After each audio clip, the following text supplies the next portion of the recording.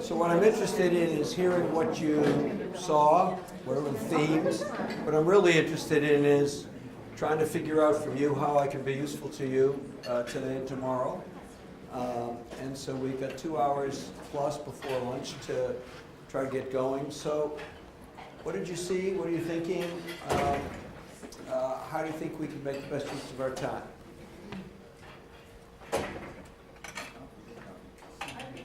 Clarification, because there is on some sheets one idea, on another sheet the opposite idea.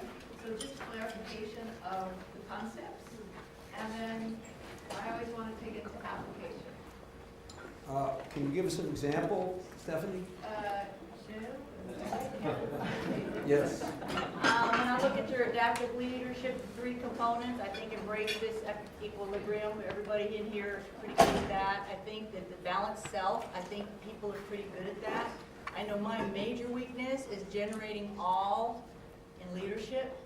That element to generate all Right here. in leadership, you know, that component of being able to create those people duties.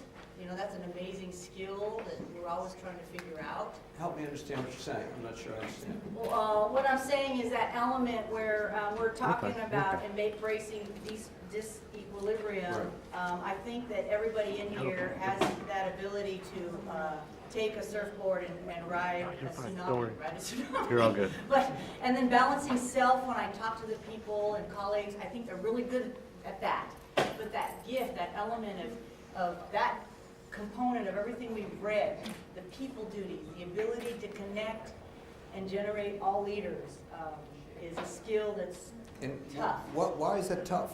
I'm actually realizing after I read your article that I am now part of the problem in my organization. Because that element too, I'm very weak at. I feel strong in 1 and 3. I think a lot of my colleagues are. And number 2, it was an enlightening moment this morning when I read the article that I'm actually part of the problem. We're all part of the problem. And it was humbling. I was ready to grab a tissue and cry. So what makes it difficult to nurture and generate the leadership of the people who work with you? Is that what you're saying? Yes. What makes that difficult? Somebody else? Why is that hard? What makes it difficult? Well, one thing, working within my school, some people naturally gravitate and take the reins and give leadership opportunities, and some people prefer to follow. We have groups that people that just prefer to follow. They want their voice to be heard, and after it's heard, they want to see someone shape the next move, and they'll just go along with the program. Right, and why, what have you tried to do to break them out of that pattern? We reform, we reform, we look, we reform committees, we try to get the right people that with their skills, so we try to meet and match their skill set to specific tasks and functions that our organization is doing. And so we've made some shifts. We gave back a big piece of organization to my staff in terms of we have an elected work agreement, and I gave it back to them and I said, I want you know your school from your level better than I know your school from your level. I want you to look at this and see where are the gaps and how we can address those. So I hear 2 things. One is give the work back. Most of you are in positions of authority where people understandably look to you for direction and protection and order. Right? And how many of you have ever been in a situation where people come into your office and they say, we can't figure this out, whatever you say, we'll go along with? Anybody ever been in that situation? Right. It's very, ever been in a situation which I have where your kids are fighting and you either go in to break up the fight or they come to see you and you try to figure out whose fault it is, whose responsible it is. It's getting sucked into the same thing.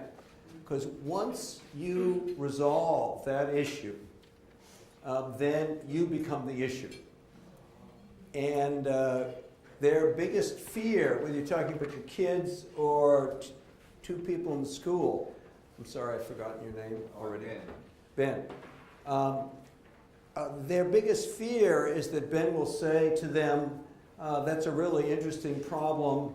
I'm going to walk out of my office, lock the door, and you guys figure it out and let me know what you decide. So one idea here is when people come to you in your position of authority and ask you to resolve an issue, which appeals to your own grandiosity, right? And your own sense of competence, right? And people will approach you in a way that is likely to get you to fall into the trap, right? Oh, you've been more experienced than us, you're smarter than we are, you've seen this problem before, you make the right decisions all the time, whatever it is.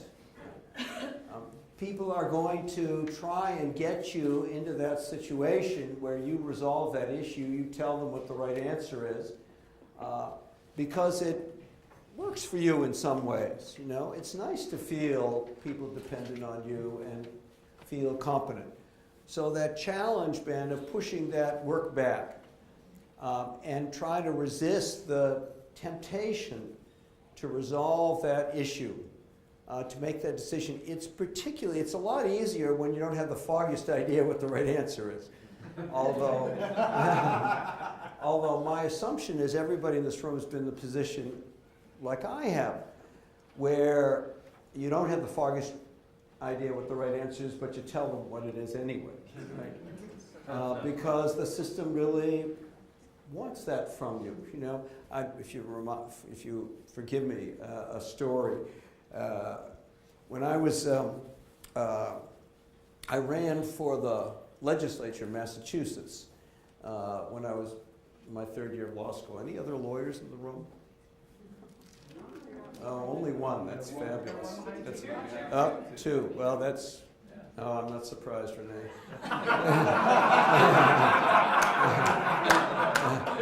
So, I don't know about you guys, but I found the first year of law school really confusing, the third year of law school really boring. So I ran for the legislature my third year of law school, and I lost.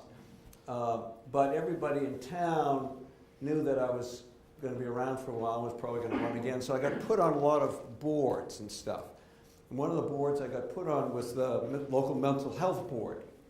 And then I got a job as the research and legislative assistant to the Lieutenant Governor of Massachusetts, this wonderful man who only a few of the gray hairs in the room remember, a man named Elliot Richardson, who got very famous for a moment because he was the Attorney General who tried to not fire Archibald Cox in the Watergate investigation when Nixon tried to get him to fire the special prosecutor, and so he quit. Anyway, so he was Lieutenant Governor of Massachusetts, and he was in charge of restructuring the mental health laws, moving from a hospital-based system to a community-based system. And so I was working one night, I was working with the chair of the Senate committee who was redrafting the laws, and we were actually doing the drafting together. And I went from that session in the State House to the meeting of the local Mental Health Association board, of which I was a member. And the meeting had already started already. And so I was a young punk, so I sat in the back of the room. And they were discussing the legislation, which I had just been drafting with the Senate chairman. And they were making some wrong assumptions. And so I very gently raised my hand and said, excuse me, I think they're thinking about going the other way on that point. And they looked at me and nodded and went back to their conversation as if I didn't exist. This is literally true. 2 years later, I'm elected to the legislature. I'm still on the mental health board. I come from a session of the legislature to the mental health board meeting. Same room, same situation. The meeting has already started. I sit in the back of the room. They say, oh, Representative Linsky, come join us. So I went and sat at the table, and as soon as I sat at the table, everybody turned to me and said, well, what's going on? Tell us what's going on. And I talked incessantly, and I had no idea what I was talking about. There is a tremendous pressure on you to have the right answer. And it's harder when you think you actually do have the right answer, even though I think those of us in positions of authority, like everybody in this room, you begin to believe you have the right answer even when you don't have the right answer because people expect it of you, right? It's easier when you don't have the foggiest idea and you can admit that to yourself because then at least you take some comfort in pushing the work back. The risk, of course, Ben, is that when you do push the work back, they'll come up with something that wasn't exactly what you had in mind. Right? And then what you're doing is weighing the benefit of their taking responsibility for that outcome versus the risk that there's a more optimal technical solution somewhere down the road. But that idea of giving the work back, of pushing the work back on people, of trying to figure out, when I worked for the governor of Massachusetts, my job was hiring and firing and trying to keep peace among warring factions in the administration. And when I heard that people were arguing, two cabinet members weren't getting along or something, I would call them into my office. And almost always, people would start by saying, this is a personality conflict. Right? Have you heard that description before? And my experience was that there are very few conflicts that are personality conflicts. And if you begin to scrape under them very gently, right, what you find is real value conflicts. And the personality frame masks the deeper and more difficult value conflicts. And so when you are dealing with some kind of conflict, and you begin to probe enough to see that there are some other underlying value issues, which may be about the way work gets done, the sloppiness or the neatness of the way work gets done, or the commitment to efficiency versus the commitment to letting 1,000 flowers bloom. Those are value issues. There aren't right answers to those, although probably everybody in this room thinks there's a right answer. I'm sorry, I keep thinking of other stories. One of my favorite stories about underlying value conflicts that look like technical problems. My son and his and now wife, then girlfriend, who delivered us our first grandchild, September. Yay! For those of you who are grandparents in the room, come my neighborhood grandparents. It is just as blissful as they said, right? It's all fun and no responsibility. Oh, he's crying. Take him back. Oh, he peed. Take him back. It's fabulous. Anyway, so they spent about 9 years before they got married, living together and staying in contact when they weren't living together. The first time they actually set up house together was in Florida, where he had a job and she got herself a teaching job. And they rented a house, and she ended up being there a week before he got there because he had a program that he had to do at Northwestern. And so he flew down a week after she was there. And I called him on the phone, or he called me, I can't remember which, and I said, hey Max, how's it going? What's it like down there? And he said, until tonight, I never knew there was a right way to stack the dishes. And we tend to elevate what we're comfortable with and used to into fundamental moral principles. And a lot of the conflicts that you're dealing with really are about some kind of deeply held view about the right way to do things. And you cannot solve that problem. The problem is not figuring out the right way to do things. The problem is that conflict which gets in the way of people working together and creating some commonality between them.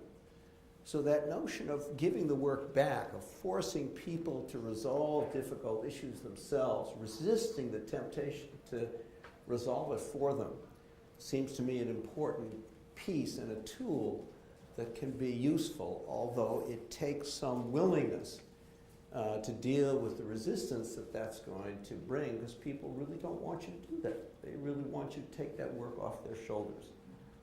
And, and they will say and push back in whatever way is designed to get you to do that work for them. So I think that's an interesting way of thinking about it. The other thing I was hearing in what you said, Ben, was kind of matching people's skill sets. There's a tension between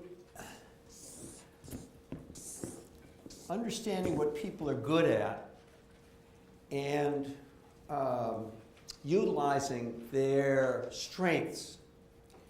And on the one hand, which makes perfect sense, particularly from a management perspective. And going back to this question of how do you push to expand people's leadership capacity. There's a tension between that idea, which is figure out what people are good at, take advantage of that, utilize them where the strengths are, and if what you're trying to do is nurture the leadership capacity of the people who work for you, then the alternative to that is to never use people in their wheelhouse, but to push people on the edges of their competence and confidence. So if leadership at its kind of reductionist level, if this is all the world's people, and here's Ben, and this is all the world's situations, then Ben is going to be particularly good because of how he looks, how he's packaged, what his job is, what his reputation is, what his education was, what his toilet training was, all the things that make him up into who he is as a human being.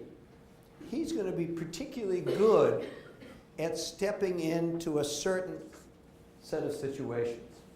And that's an important, as simplistic as that is, that's an important idea, because when you are trying to exercise leadership, you are, at its purest, you're stepping into a situation. That's what leadership is. Leadership is one person stepping into a situation. You may be stepping into a situation in order to mobilize lots of other people, but you're stepping into a situation. So what that means is that you better understand really, really well yourself, what you represent, who you are, what you're good at, what you're not good at. And you better understand what you're stepping into. But if you could expand your ways of being in the world, if you could expand your skill set, if you could expand your comfort zone, if you could expand your competence, then there'd be a whole bunch of situations in which you could step in successfully. So part of the tension as a principal of a school or as a senior authority in a police department seems to me this tension between using people where they're skillful, where they're good, using their competence on the one hand, and pushing their boundaries by giving them tasks and responsibilities that are on the edge of their competence so that they can begin to have a wider toolkit. Because it feels to me that one of the critical elements of exercising leadership effectively is having a very, very wide toolkit, so that you can draw out of that toolkit what will be particularly good for that particular target group in that particular moment, rather than do what you always do. Right? When anybody ever says to me, hey, that's the way I am, you'll have to take me the way I am, that feels to me to be the laziest kind of response. Right? Very self-protective. Right? What it says is, to me, what it says when someone says that to me is, this is where I feel comfortable. This is where I want to stay. Right?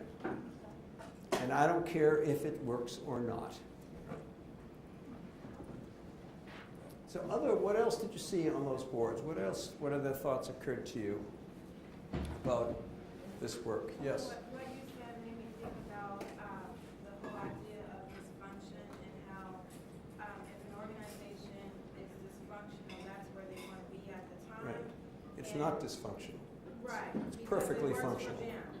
And that goes along with the individual saying, this is who I am, Yeah. accept it, I don't care what you think. Right. And it just makes me think of the settings that I've worked in before, or management structures that have been over me that have been, to me, dysfunctional, but they haven't changed, and they just continue to be the same. Because I mean, leadership is pushing against the status quo. Everybody agree with that? Is there any challenge about that? And the status quo is not random. It's not an accident.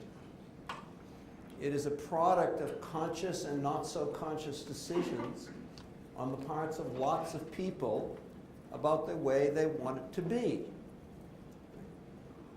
And when you're pushed against those commitments, those decisions people have made consciously and not so consciously about the way they want life and their workplace to be, you're very threatening.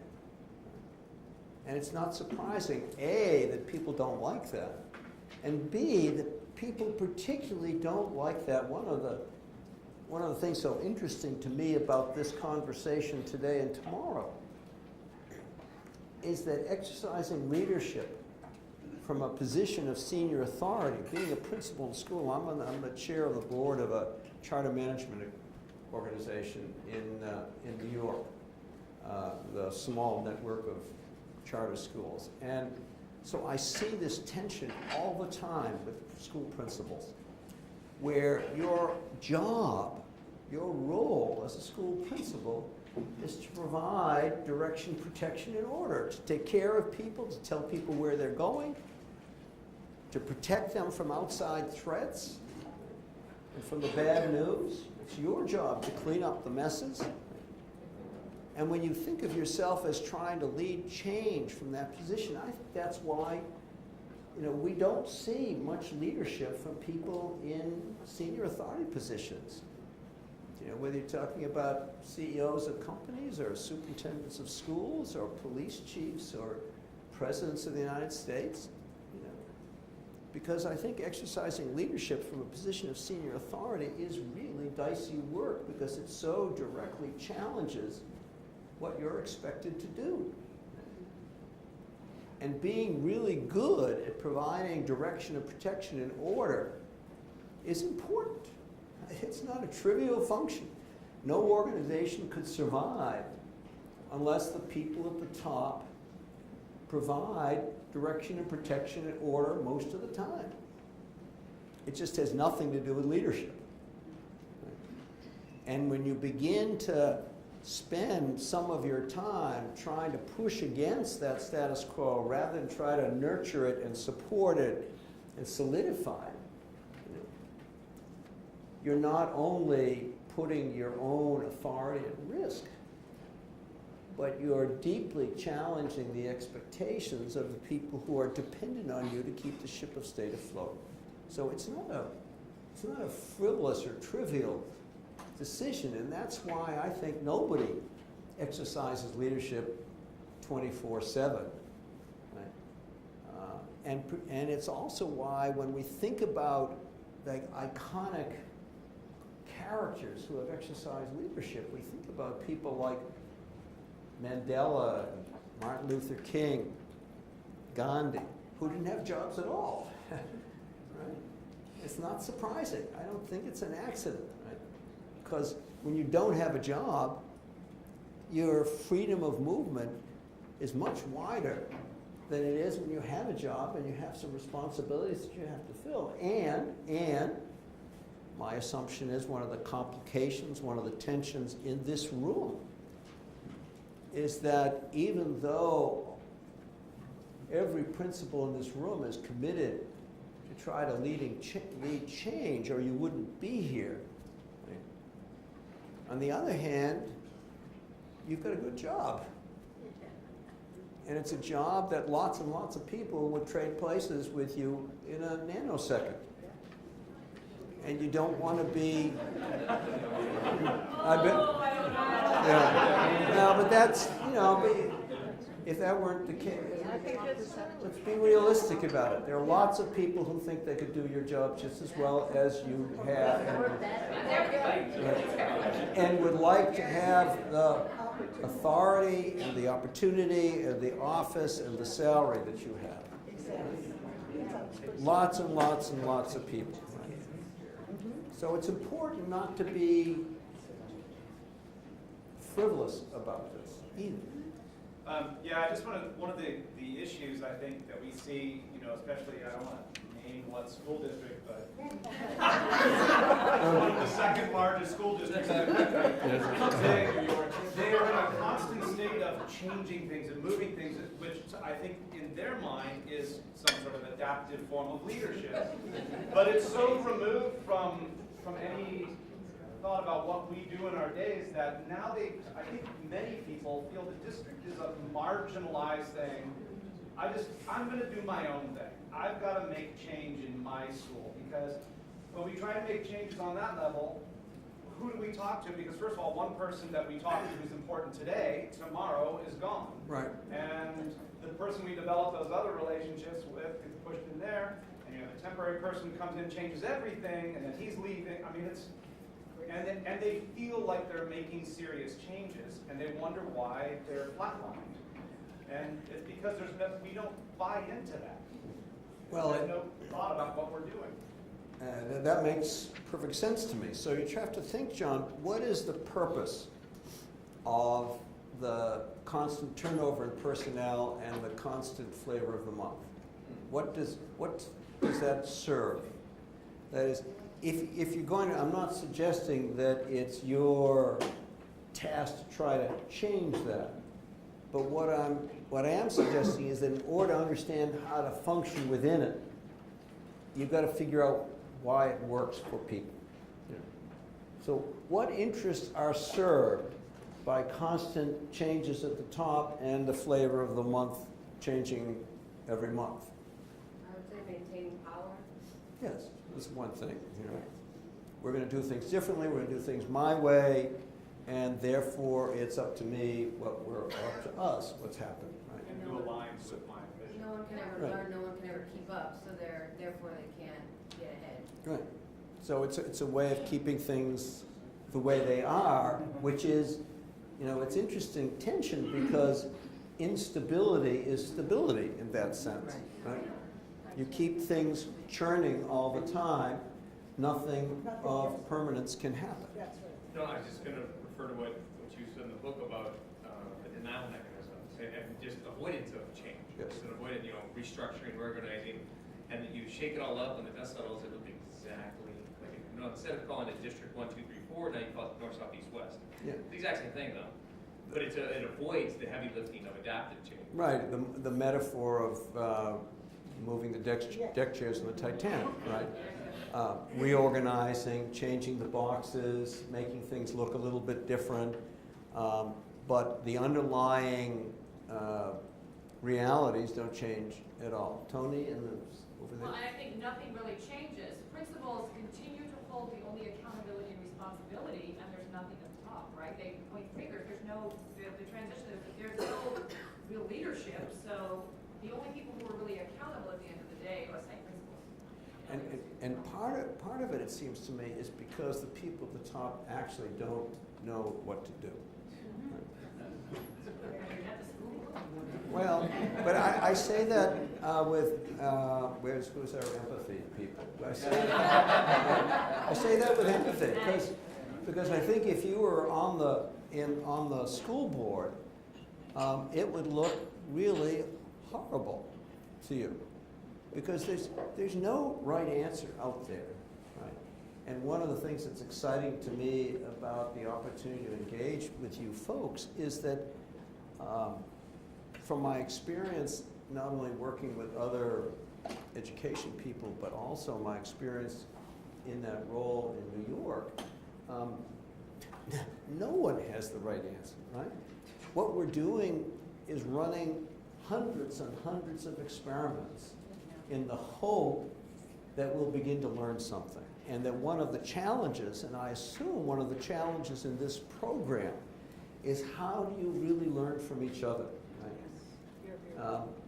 How do you learn both from what works and what doesn't work? Because one of the observations that I have from the work I do in all kinds of public, private, and nonprofit organizations is that one of the greatest barriers to change is the lack of dissemination of learning. Right? How do we learn from each other so that we don't make the same mistakes, so that we actually take the lessons from experiments, whether they worked or didn't work, and transfer them to other places?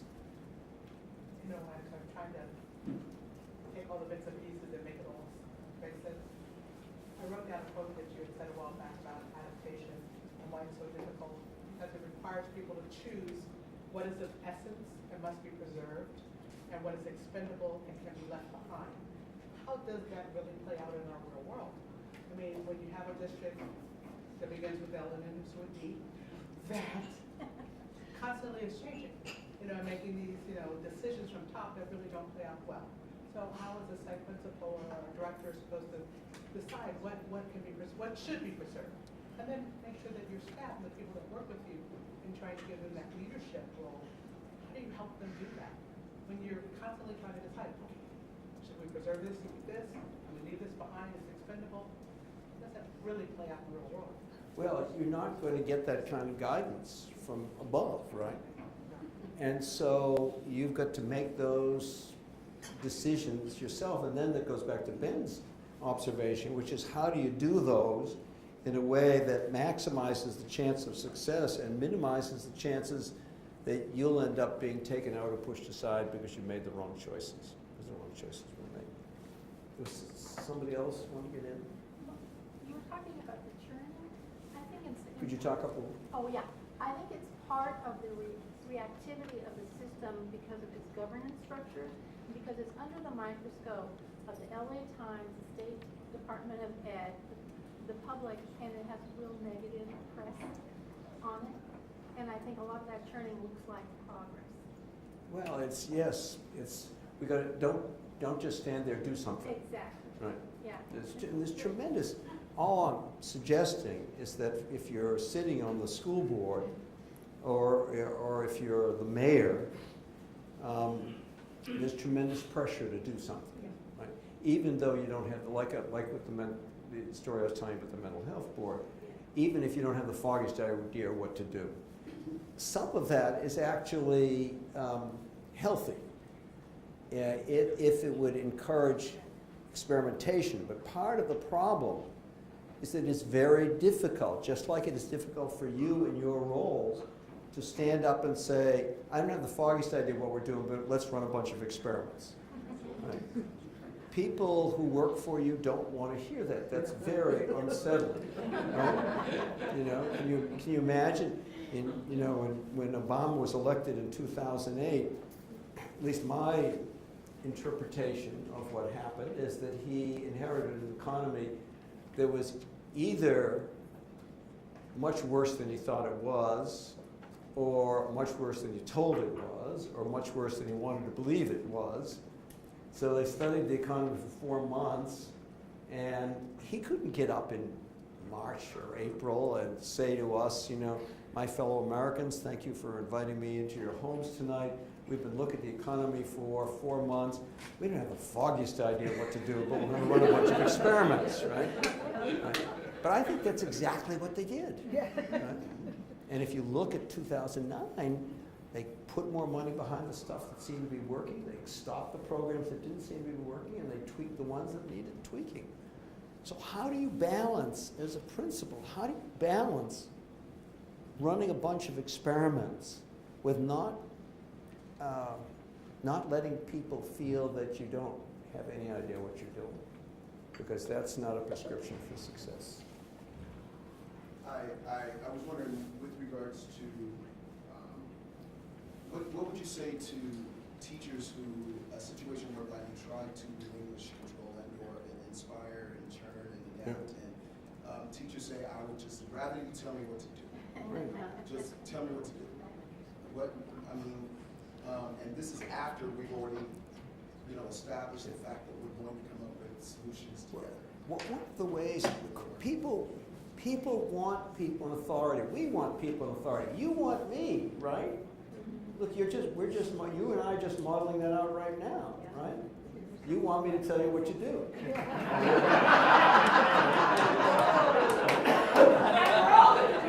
Right? It's exactly the same pattern. Because we yearn for people in authority to provide direction. Tell us what to do. Just tell me what my job is, and I'll go do it. Right? And that's exactly what I do to the teachers. And I think part of the problem, and part of the customization, because I think customization is really an essential element of successful, effective leadership work. That is, even though you're running a school or running a police department, one size does not fit all. And one of the elements of customization is how big a playing field? Do you have kids? I have 770. 770, right. Each of those kids in your school has different comfort zone, different tolerances, and so do each of the teachers. Right? And what you're trying to do is to have them play on the edges of their competence. And you can't write one rule. Part of what makes this difficult, how many teachers do you have? 26, 27. So can you begin to think about, at least maybe in categories, what the different categories are? Tolerance for risk or tolerance for lack of direction. So if this is my comfort zone here, you're going to have to provide me, in order to get me to play at all, you're going to have to provide me more direction than if it's here. So one of the ways to think about the work is how wide a playing field can this person tolerate, can that person tolerate? Because if you play to the people who are most comfortable with what you're doing, then you're really going to create problems with the people who are least comfortable. Right? If you play to them, you're going to bore the people who are most comfortable. So can you customize it? You know, there was a wonderful quote from Kendall's signaling for a break, so we'll take a break in a second. There's a wonderful quote from Bill Parcells. Do you remember Bill Parcells was a great football coach? I'm going to probably keep making references to people that you might read about in history books that I lived with. Right? One of the challenges, my wife is 7 years younger than I am, but it was the critical 7 years. Right? And so our cultural icons are completely different from one another. You know, she graduated college in 1970. I graduated college in 1961. I was in the legislature in Massachusetts, a member of the legislature, making drug reform laws while she was in Central Square trying them all out. and that is literally true. Literally true. That is not apocryphal. That is literally true. She was much more expert at what I was doing than I was. Right? So anyway, so Bill Parcells, there was a really interesting quote. He was interviewed, I think, in ESPN magazine or something like that. Bill Parcells is legendary NFL coach. And the question was, how do you create a team out of 35 testosterone-filled 25-year-old millionaires? And he said, his answer was, I thought his answer was going to be, you create a set of rules and everybody has to play by the rules. And his answer was, I treat each of them differently. I thought that was really interesting. If you read what I think is one of the greatest books written about leadership, Team of Rivals, Doris Kearns Goodwin's book about Lincoln and his cabinet, Lincoln was really brilliant at treating each of them differently. He understood what each of them needed, what each of them wanted, how they were put together. Has anybody seen the play about LBJ? Yeah. Hey, who's that? John, you saw it? He was brilliant at it, right? He understood exactly what was necessary to move each person, and it wasn't the same thing. And he could be aggressive and hostile, he could be flattering, he could be pandering, he could be a briber. He could do whatever it took to move that person. And I think that's part of the challenge. You know, you've got all these teachers, and it's going to take different skills on your part to move them all, because they're going to be moved by different incentives and different pressures. And the more you can customize the work you do, and that's really hard work, the more effective you're going to be. Kendall, we need to take 10 minutes. 10 minutes. And if you haven't had your picture taken by Lupita, we're taking before and after, because in a few years after Dr. Leader, you're all going to look so much younger. So afterwards, it's gonna be okay.